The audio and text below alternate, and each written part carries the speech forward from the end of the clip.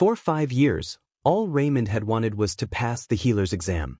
He had spent those years watching others treat patients while he was ignored, belittled, and humiliated. Now, all he wanted was the chance to heal patients himself.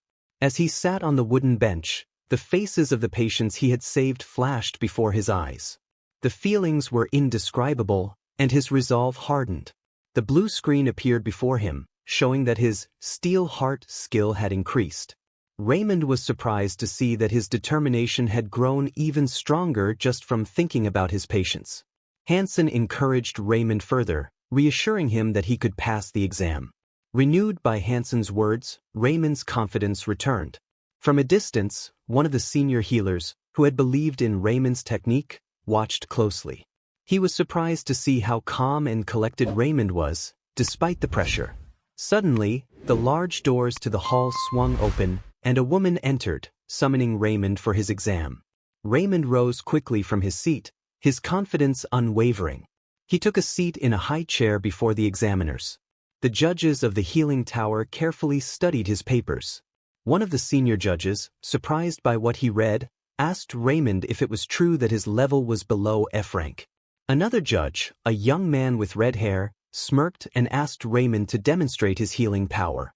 Raymond agreed and began to concentrate, summoning his healing abilities.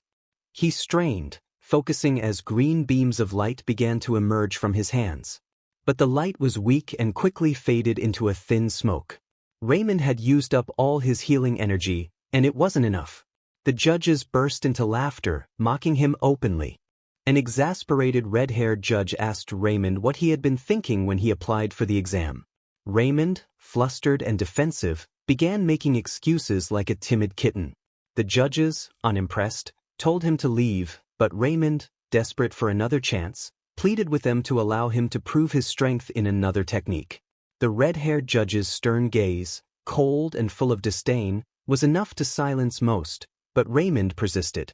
With a wave of the judge's hand, adorned with glittering jewelry, he dismissed Raymond, saying not to waste their time. Raymond had expected such a reaction to his weak healing ability, but he was prepared. Quickly, he activated a skill from his system, eloquence, which gave him the confidence to speak with authority. Standing tall, Raymond accused the healing tower of going against the will of King Houston.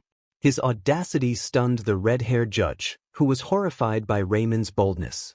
Raymond continued, acknowledging that his healing ability was lacking but reminding the judges that his medical techniques were officially recognized by the king.